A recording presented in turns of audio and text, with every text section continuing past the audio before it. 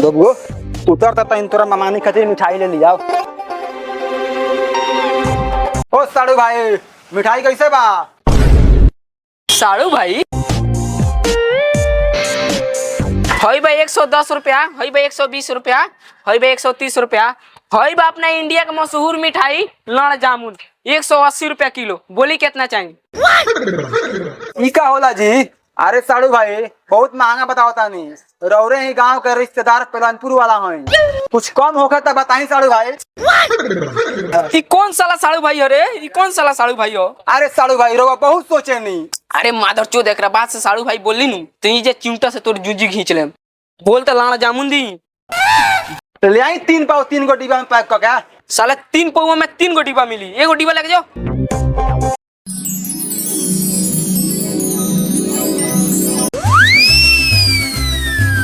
एला बहाना दा बुढ़ा छुड़ा आदमी से सुई में धागा नहीं के लागत सारा। बार बार बहन चोदो तोरा के समझाओ नहीं, उस सुरेशवा के बेटा के साथ मत खेलो कर, बार बार ओकरा से फड़वा के आ जाला। अभी तू फाड़ के आओ बाबू। का रे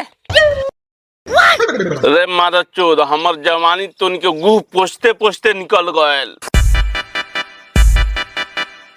ना ससुर जी अगर जवानी एक निके गाय पोछे में बीत गईल तो 4 गो नालायक कहाँ से अइला सन?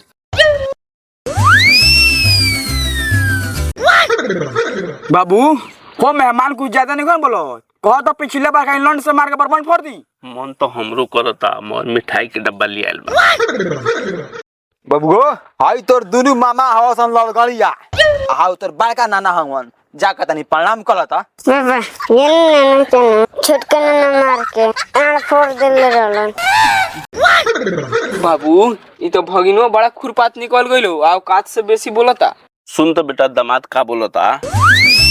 बबुओ ये इनकर आड़ सही करवाओ में 4000 के नारियल पानी पिया देले बानी।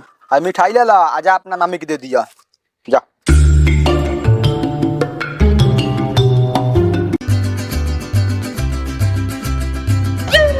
पेलनपुर ला दमाद रे वो कब नहीं हाँ आए हैं ने सुनाई हाल चाल। प्रणाम ससुर जी। खुश रही आई न लुंगिया में घुस रही। साहब महाराज रवा दिन पर दिन सठियाई था नहीं। ना ना आई बैठी हाल चाल कहीं चली चली।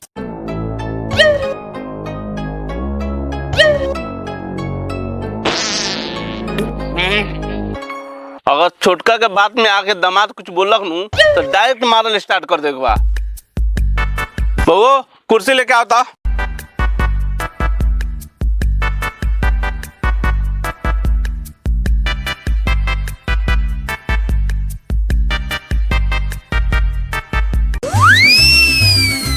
जाई ससुर जी खाना के तो छोड़ी रवा बैठो के पूछे से गई नहीं। जा उन्हीं बैठ के खइया, हमी के तो गु खानी सन।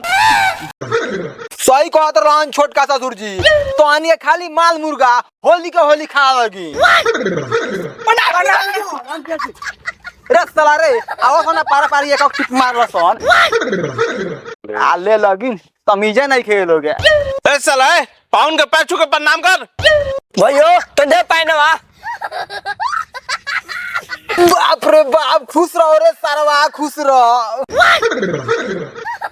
प्रणाम जीजा। हे सरऊ तई सुननी चाहिए ना तो फोफियाए लगी नु तो एक टिप देवे के पड़ी। प्रणाम। आओ हाई खाला दुनु आम। जीजा ने कोनो मरला का कोई ना गार लगा के बाती चीर दी ना केहू ना मरला खावा। साला जब बोला कि लून नहीं खेते बोले जला तो चल जला ना चल। रे साला रे तोहनी के सब एक खपड़ा के नावाल बाड़न का तू इज्जत से ना बात करो सन। तोहनी के बहन के भत्तार नु हई। हम मतलब तोहनी के बहन के सोहागे नु हई, हमरा कुछ हो जाई तो तोहनी के बहनिया के का होई? अच्छा वो सब छोड़ी तब मेहमान अपन बहनिया के समाचार बताई। ए बुढ़ऊ का बोलता रहो? बुढ़ौती में सटिया गेल बड़ा का मारे में साले 4 पहिना चोरी के सहीना मेहमान के बहन के तबीयत खराब है समाचारों ना पूछी। तू का इनका बहन के समाचार पूछबो? पूछे बाद इनका मौसी के समाचार पूछो, हमनी के इनका बहन के समाचार पूछम सो। तब बताई मेहमान सबके हुए तने बाकेंगे बा समाचार भाग सलाम जाता नहीं सब सलाई घोड़ा का चौदल बार तने कर बाद कौन आई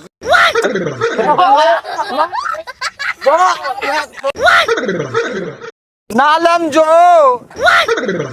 वो बियाह तार लाइन बहन चलाऊ जाता इन तो के बहनिया के मुआ मुआ मारा माज